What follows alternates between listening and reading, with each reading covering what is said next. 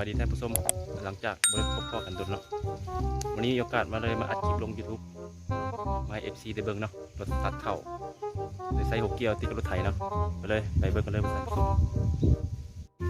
นี่เนาะ6เกียร์ติดรถไถหน้าเดินตามขั้นตอนการประกอบข้าพเจ้าบริ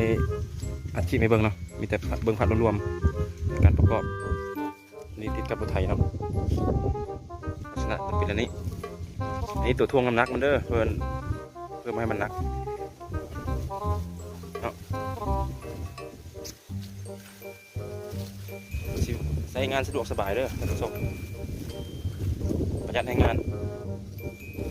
ไปเลยเนาะไปเบิ่งวิธีการตัดเนาะเราท่านผู้ชมเนาะบรรยากาศตัดเข้าหน้าแซงเด้อ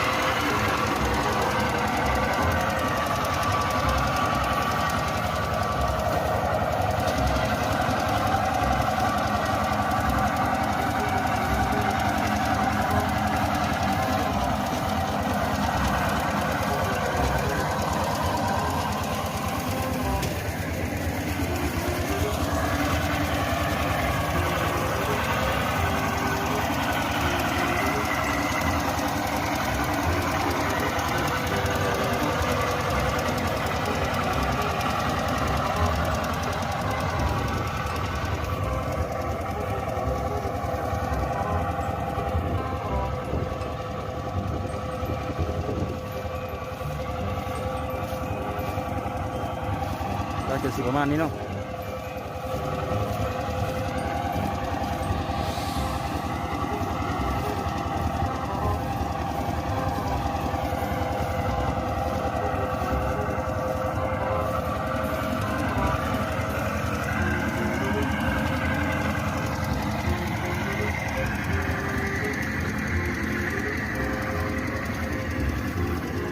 เอาน้ำแซงพี่น้อง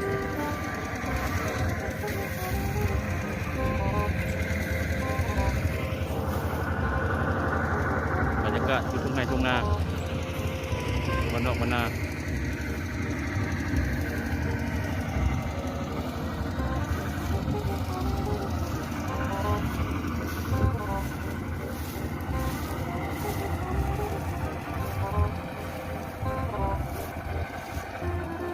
นี่พี่น้องตัดแล้วให้หนึ่งเป็นแถวละเอียดงาม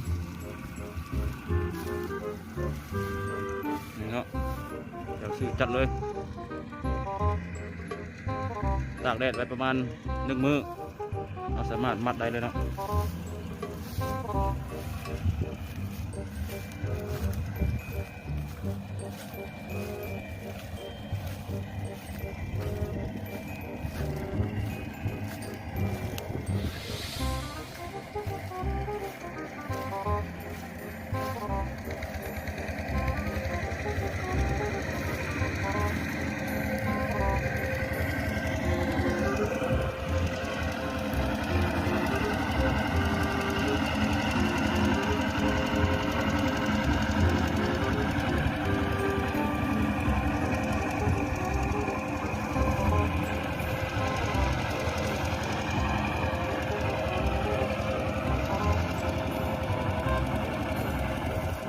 ก็มาตัดหมดเลยสิ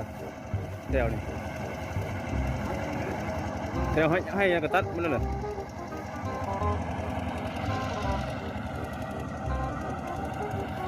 กระเทินเลยตะเลย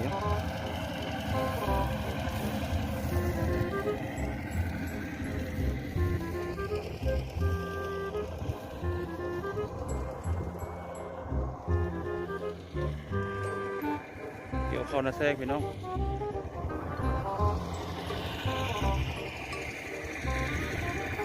เอามาอีกรอบ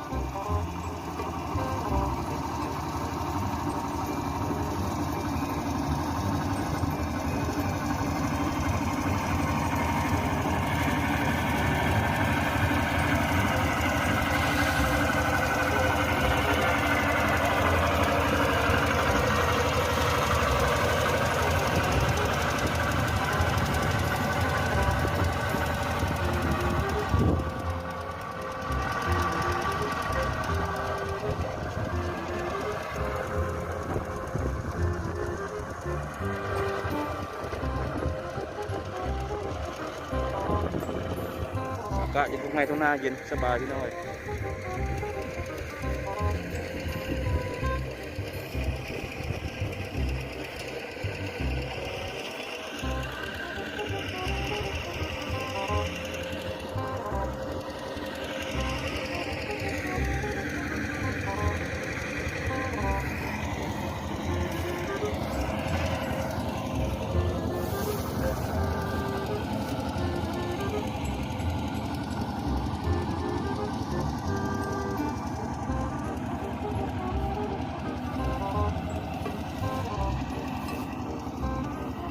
ก่อนเขาจะตั้งเขาเกี่ยวเนาะเกี่ยวเลาะคันก่อนเกี่ยวปุ๋ยวิทย์สุรไทยเนาะได้หลังจากเกี่ยวเขาก็มัดเนาะตัวอย่างสิเนาะเกี่ยว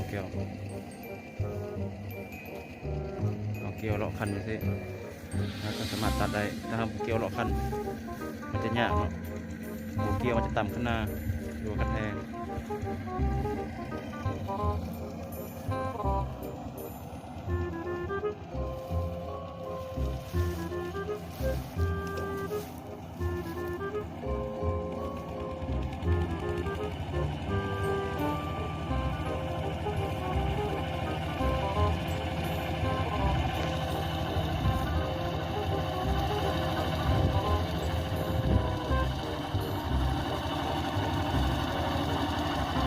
สะดวกสบายพี่น้องไว้ยุกน้ำมันแพงๆ